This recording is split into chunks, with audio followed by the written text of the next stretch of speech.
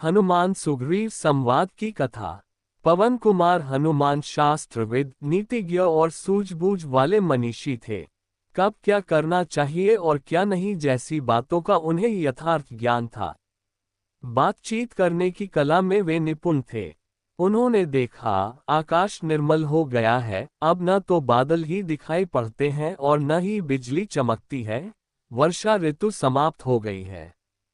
वे सुग्रीव के विषय में विचार करने लगे। उन्हें स्पष्ट प्रतीत हुआ कि मनोरथ सिद्ध हो जाने के पश्चात सुग्रीव अपने कर्तव्य की अवहेलना करके विलासिता में मग्न रहने लगे हैं। उनकी पत्नी रुमा के साथ ही साथ अब तारा भी उनके विलास लीला का एक महत्वपूर्ण अंग बन गई है। राजकाज का भार केवल मंत्रियों के भरोसे छोड़कर वे स्वयं स्वेच्छाचारी होते जा रहे हैं। श्री रामचंद्र जी को दिए गए अपने वचन का उन्हें स्मरण भी नहीं रह गया है। इस प्रकार से सभी तरह से विचार करके हनुमान सुग्रीव के पास जाकर बोले, हे राजन, आपको राज्य और यश दोनों की ही प्राप्ति हो चुकी है। आपने कुल परंपरा से प्राप्त लक्ष्मी का भी विस्तार कर लिया है। अब आपको मित्रों को अपनाने के को भी पूरा कर डालना चाहिए। आपने मित्र के कार्य को सफल बनाने के लिए जो प्रतिज्ञा की है, उसे पूरा करना चाहिए। आप तो जानते ही हैं कि श्री राम हमारे परम मित्र और हितैषी हैं। उनके कार्य का समय बीता जा रहा है, इसलिए हमें जनकनंदिनी सीता की खोज आरंभ कर देनी चाहिए। सुग्रीव सत्वगुण से संपन्न थे। हनुमान के द्वारा स्मरण दिलाए जाने पर तत्काल उन्होंने श्री राम के कार्य को सिद्ध करने का निश्चय किया।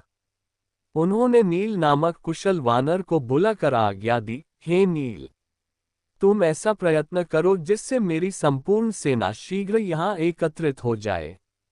सभी युद्धपतियों को सेना एवं सेनापतियों के साथ यहाँ अविलंब एकत्रित होने का आदेश दो। राज्य सीमा की रक्षा करने वाले सब उद्यमी एवं शीघ्रगामी वानरों को यहाँ तत्काल उपस्थित होने के लिए आज्ञा प्रसारित करो। सभी को सूचित कर दो कि जो भी वानर 15 दिन के अंदर यहाँ बिना किसी अपरिहार्य कारण के उपस्थित नहीं होगा, उसे प्राणदंड दिया जाएगा। ऐसा प्रबंध कर सुग्रीव अपने महलों में चले गए। शरद ऋतु का आरंभ हो गया, किंतु राम को सुग्रीव द्वारा सीता के लिए खोज करने की के विषय में कोई सूचना नहीं मिली। वे सोचने लगे कि सुग्रीव अपना उद्देश्य सिद्ध हो जाने पर मुझे बिल्कुल भूल गया है। ऐसा प्रतीत होता है कि अब सीता को पाने की कोई आशा शेष नहीं रह गई है। न जाने सीता पर कैसी बीत रही होगी। राजहंसों के शब्दों को सुनकर निद्रा त्याग करने वाली सीता न जाने अब कैसे रह रही होगी। ये शरद ऋतु उसे और भी अधिक व्याकुल कर रही होगी। ये सोचते हुए राम सीता को स्मरण करके विलाप करने लगे। उस समय लक्ष्मण फल एकत्रित करने के लिए गए हुए थे। जब लक्ष्मण फल लेकर समीपवर्ती वाटिका से लौटे तो उन्होंने अपने बड़े भाई की अवस्था पर दृष्टिपात किया। लक्ष्मण को देखते ही उन्होंने निश्वास लेकर कहा, हे लक्ष्मण, पृथ्वी को जलप्लावित कर देने वाले गरजते बादल अब शांत होकर पलायन कर गए हैं। आकाश निर्मल हो गया है। चंद्रमा, नक्षत्र और सूर्य की प्रभा पर शरद ऋतु का प्रभाव स्पष्ट दृष्टिगोचर होने लगा है। हंस मानसरोवर का परित्याग कर पुनः लौट आए हैं और चक्रवातों के समान सरिता के रेतीले तटों पर क्रीड़ा कर रहे हैं। वर्षा काल में मदोन्मत्त होकर नृत्य करने वाले मोर अब उदास हो गए हैं।